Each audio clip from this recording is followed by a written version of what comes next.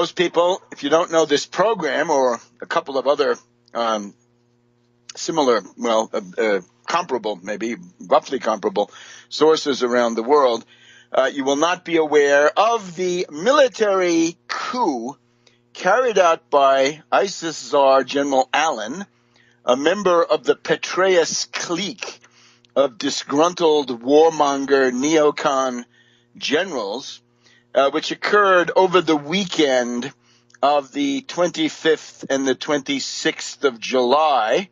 And you'll recall that Obama had gone out of town on, I think it was Friday, the 24th of July. So we're now getting to be about 2 weeks into that coup. This was, of course, the coup where, acting on his own initiative, Allen called his partner in crime, the neo-Ottoman Muslim Brotherhood madman, Recep Erdogan, dictator of Turkey, and told him, let's push ahead with the no-fly zone, the safe zone for terrorists. We've got to preserve the ISIS supply lines. We've got to direct ISIS towards the targets that we want. We've got to bomb the Syrian Kurds of the YPG, bomb them into passivity because they're hurting ISIS. They're destroying the ISIS myth of invincibility. And it's time to get ISIS used to the idea that their future is in Iran and indeed in the Transcaucasus and Chechnya and such places. That's the general idea. Now, Allen then went ahead with this, and you'll recall on the morning of July 27th, we have this fateful headline in the Washington Post: Turkey and U.S. plan safe zone in Syria. Well, Obama did attempt to fight back against this thing, appointing Ambassador Radney as the new ambassador to Syria, giving him an assignment to try to contain Allen. However, you notice, Obama feels too weak to fire Allen. Well, why is that? Of course, the entire Iran nuclear accord is now on the razor's edge in the U.S. Congress. We've just had the, what can we call him, a really obscene politician, obscenity and pornography, and in this case political pornography, seem to run in the Schumer family, be it Amy, the ribald off-color comedian, or perhaps Chucky Schumer, as he's known, who has now come out on the warmonger line, that he wants to embroil the United States in a war, not for Israel, but for the political fortunes of the demagogue Netanyahu, with much of Israeli society being opposed to this, right? The various intelligence chiefs of Israel, the majority by far, in favor of the Iran deal, but not good enough for Chucky. And, of course, the hype being given to his brainwashing pornographic niece, Amy, from Rockville Center on the South Shore. Well, that is getting to be a pretty horrible spectacle. So all of this happening then in the wake of the Allen-Erdogan intrigue, coup, putsch, call it what you will, with Obama attempting to fight back, but his hands are tied because any substantial defections would mean that the Iran deal would simply collapse. Notice also Kerry is the guy, Skull and Bones Kerry, along with humanitarian bomber Samantha Power, are the ones who brought the Petraeus clique, and in this case Allen, into the picture. This is documented on my website. This was already in the spring of 2014 as they got impatient. They wanted to bomb Syria, and it was not happening. So all of that then happening. And then the next big step was August 4th. We began getting these reports that President Putin of Russia had clashed with the Turkish ambassador, and the key quotes were Putin telling the Turkish ambassador, tell your president he can go to hell along with his ISIS puppets. I will prepare a big Stalingrad in northern Syria for the fighters that are backed by Turkey, and by Saudi Arabia. This is ISIS, Nusra, Al-Qaeda, you name it. And China and Iran will be part of this. Now, this statement, I believe, is substantially authentic. There is, of course, a debate about this. As I put that up on the website, I made, let's say, inquiries in the obvious and appropriate quarters. And what came out of that was a certain skepticism about how unusual such a gesture by a Russian president would be, but no denial.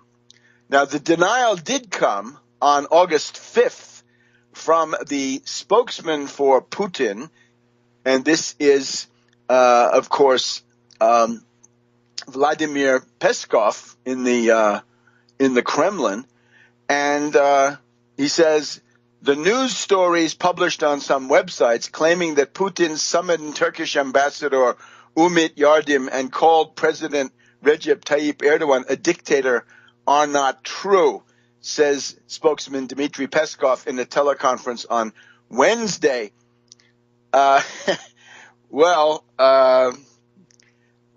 Notice that he doesn't deny the really important parts, right? The threat to break diplomatic relations, the big Stalingrad, and that Saudi Arabia and Turkish proxies in northern Syria are about to get a bad result. The other thing that I would stress in this context is that Peskov, in that same press conference on, I guess, the 5th of August, the day before yesterday, Peskov says reports that Syrian President Bashar al-Assad has asked Putin to send Russian troops to Syria are not true. This is denied, démenti from the Kremlin. This is not on the agenda. Now, I continue to believe that the original story that I put on Tarpley.net is substantially accurate. Now, a couple of things to say about it. First of all, let's see who takes this report seriously. Well, the Fars news agency of Iran, to begin with, and we'll give you a couple of more here in just a minute. Back on World Crisis Radio. Webster Tarpley here in Washington, D.C., and again, it's the afternoon of the 7th of August. Now, on the one hand, we have the official spokesman of Putin in the Kremlin, Dmitry Peskov, saying that it's not true that Putin called in the Turkish ambassador and said that Erdogan is a dictator. But notice, he does not deny the entirety of the report. Right? Dictator is the least of it. The big Stalingrad, the breaking of diplomatic relations, a heated atmosphere. Right? Some people say 2 hours is too long. Putin would have been able to say what he wanted to say in much less. That's fine. I think this, nevertheless, is an accurate report. And who agrees with me? Fars news agency of Iran, that is the official, semi-official Iranian news agency. Also IRNA, I think it's Iranian, or INRA, Iranian National News Agency. Press TV, certainly. I was in a debate with former Assistant Secretary of Defense Lawrence Korb on Press TV this past week, and one of the questions they asked me, the anchorman in Tehran asked, is what would you say about this warning delivered by Putin to the Turks? Also, Al-Manar, that is to say, the press organ of Hezbollah in Lebanon, they reproduced this. Now, they reproduced this attributing it to a site called, I believe, AWD. But the important thing is, look who's interested in this. Pakistani websites are interested. Live Leak seems to have something to say about it. So, look at this. The comparable case, I think, is when Prince Bandar of Saudi Arabia journeyed to Moscow and delivered a threat to Putin, saying, Putin, if you don't stop supporting Assad of Syria, we are going to hit you with terrorism at the time of the Sochi Winter Olympics. Now, that visit and that warning have never really been confirmed. In other words, these are the kinds of things that governments do not overtly confirm because the problems then would multiply. These are warnings that are issued. They are received, but you don't want to have it come out in public that you've delivered an ultimatum, especially not to a NATO member, because you'd only be playing into the hands of the wily Erdogan, who could then run to Brussels and say, look, they're threatening me. You've got to send me NATO divisions and nuclear weapons and God knows what.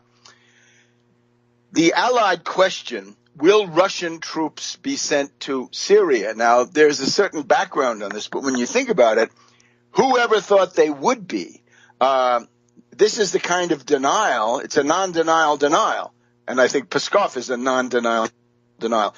In the case of the Russian troops going to Syria, it's something like this. This was not, at least internationally, a big question until this week.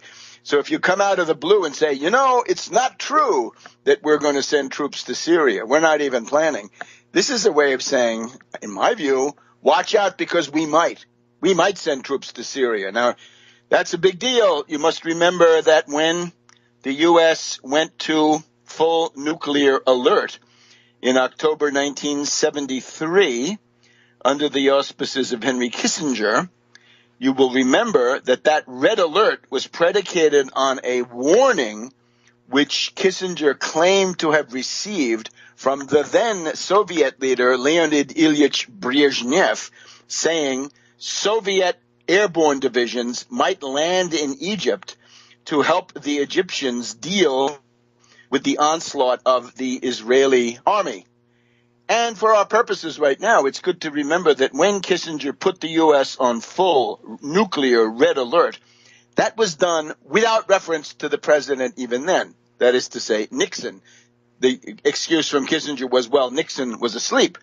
And we remember similar cases, such as Al Gore ordering the bombing of Bosnia in the spring of 1999, when Yevgeny Primakov of Russia was flying across the Atlantic to try to negotiate a peaceful settlement of the Bosnian-Serbian question.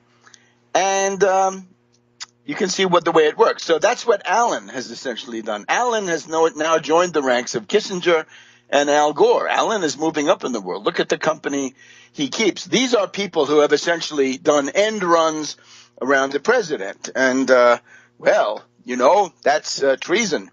And that is a very serious thing. And especially if you come close to starting a war, you will be in the dock to answer for that. So let's just reconstruct this question of the Russian troops. The commander, once again, of the Russian airborne troops, Colonel General Vladimir Shamanov, had said on Tuesday of this past week that his men are eager to help Syria to counter terrorism. So this was a planted remark.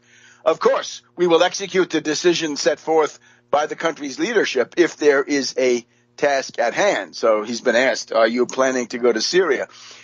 He also talked of good long-term relations between Moscow and Damascus. Many Syrian military professionals were trained in the Soviet Union and in Russia.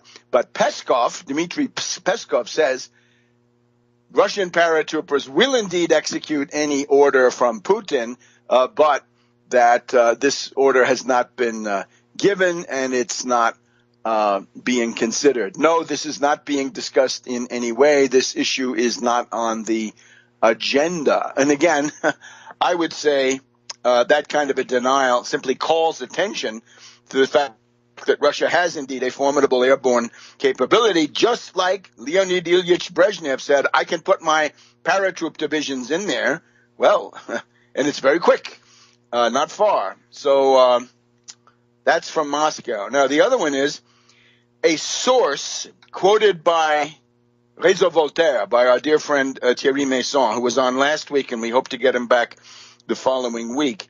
The word is that the Turkish Stream pipeline has been called off. So a sign of worsening relations between Erdogan of Turkey and Putin of Russia.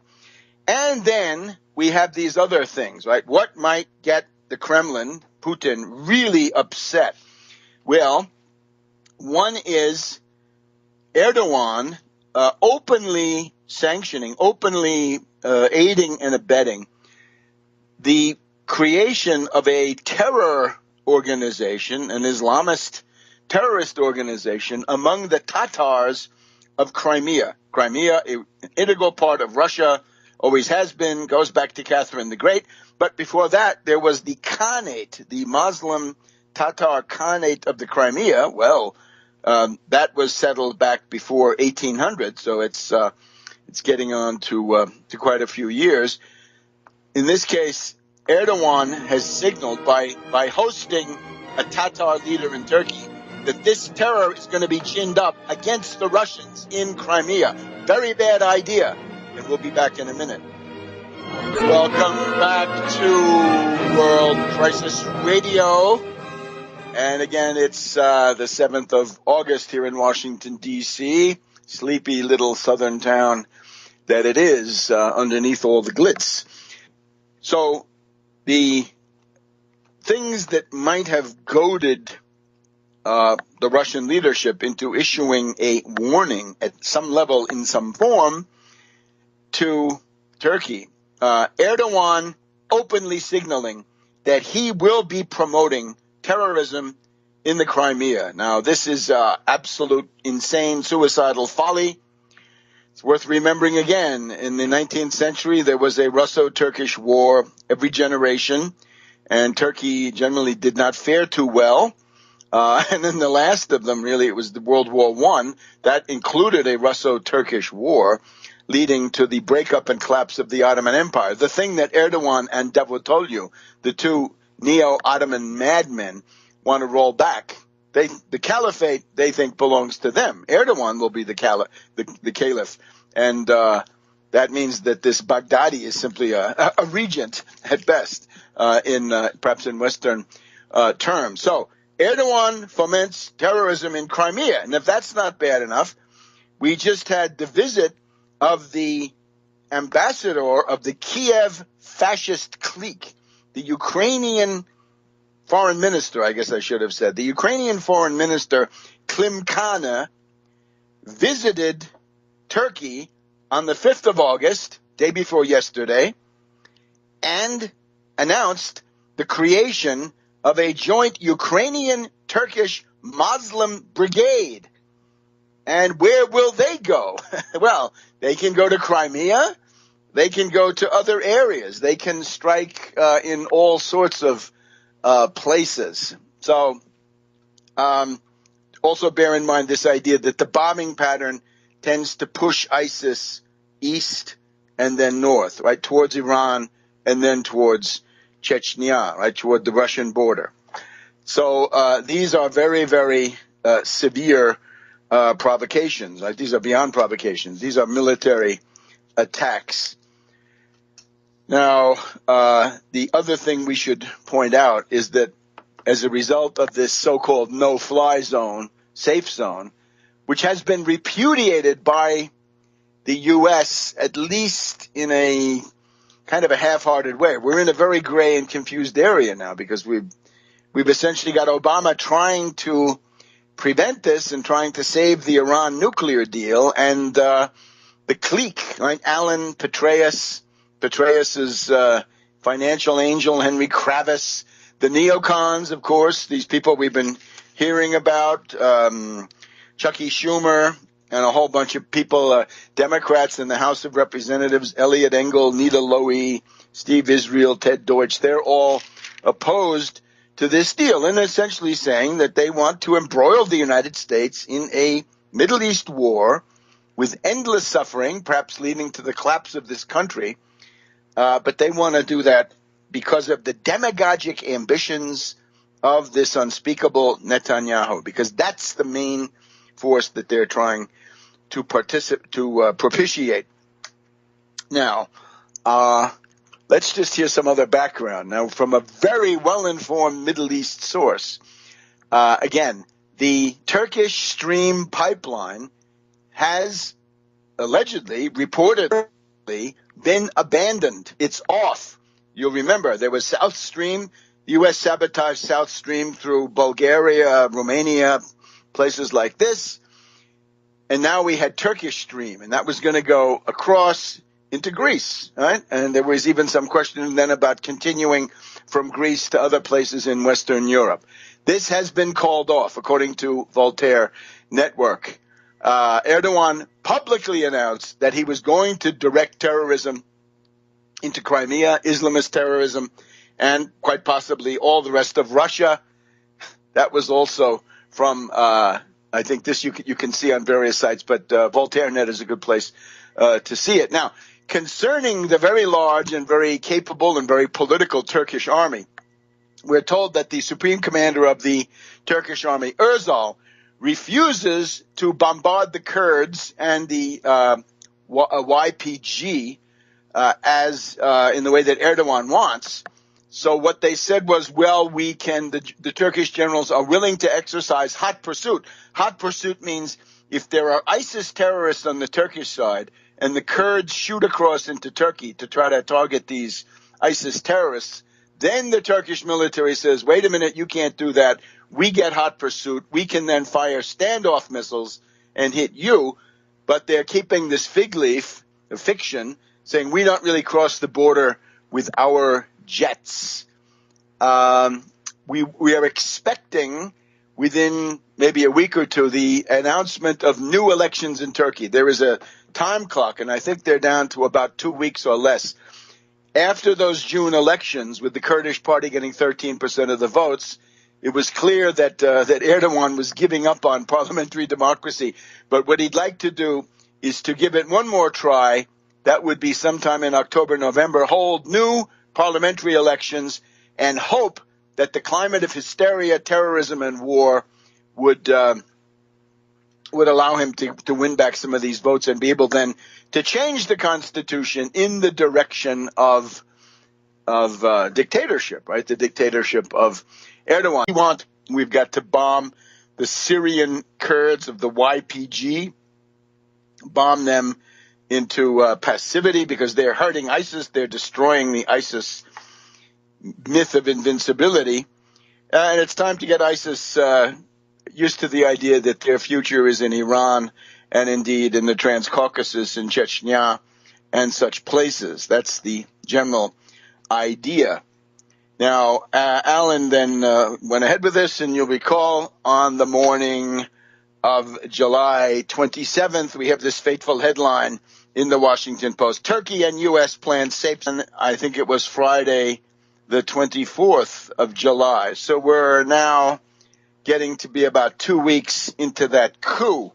This was, of course, the coup where, acting on his own initiative, Alan called his partner in crime, the neo-Ottoman Muslim Brotherhood madman, Recep Erdogan, dictator of Turkey, and told him, let's push ahead with the no-fly zone, the safe zone for terrorists. We've got to preserve the ISIS supply lines. We've got to direct ISIS towards the targets that we zone in Syria. Well, Obama did attempt to fight back against this thing, appointing Ambassador Radney as the new ambassador to Syria, giving him an assignment to try to contain Allen. However, you notice, Obama feels too weak to fire Allen. Well, why is that? Of course, the entire Iran nuclear accord is now on the razor's edge in the U.S. Congress. We've just had the, what can we call him, a really obscene policy. Most people, if you don't know this program or a couple of other similar, comparable, maybe roughly comparable sources around the world, you will not be aware of the military coup carried out by ISIS czar General Allen, a member of the Petraeus clique of disgruntled warmonger neocon generals, which occurred over the weekend of the 25th and the 26th of July. And you'll recall that Obama had gone out of town on politician, obscenity and pornography, and in this case political pornography, seem to run in the Schumer family, be it Amy, the ribald off-color comedian, or perhaps Chucky Schumer, as he's known, who has now come out on the warmonger line, that he wants to embroil the United States in a war, not for Israel, but for the political fortunes of the demagogue Netanyahu, with much of Israeli society being opposed to this, right? The various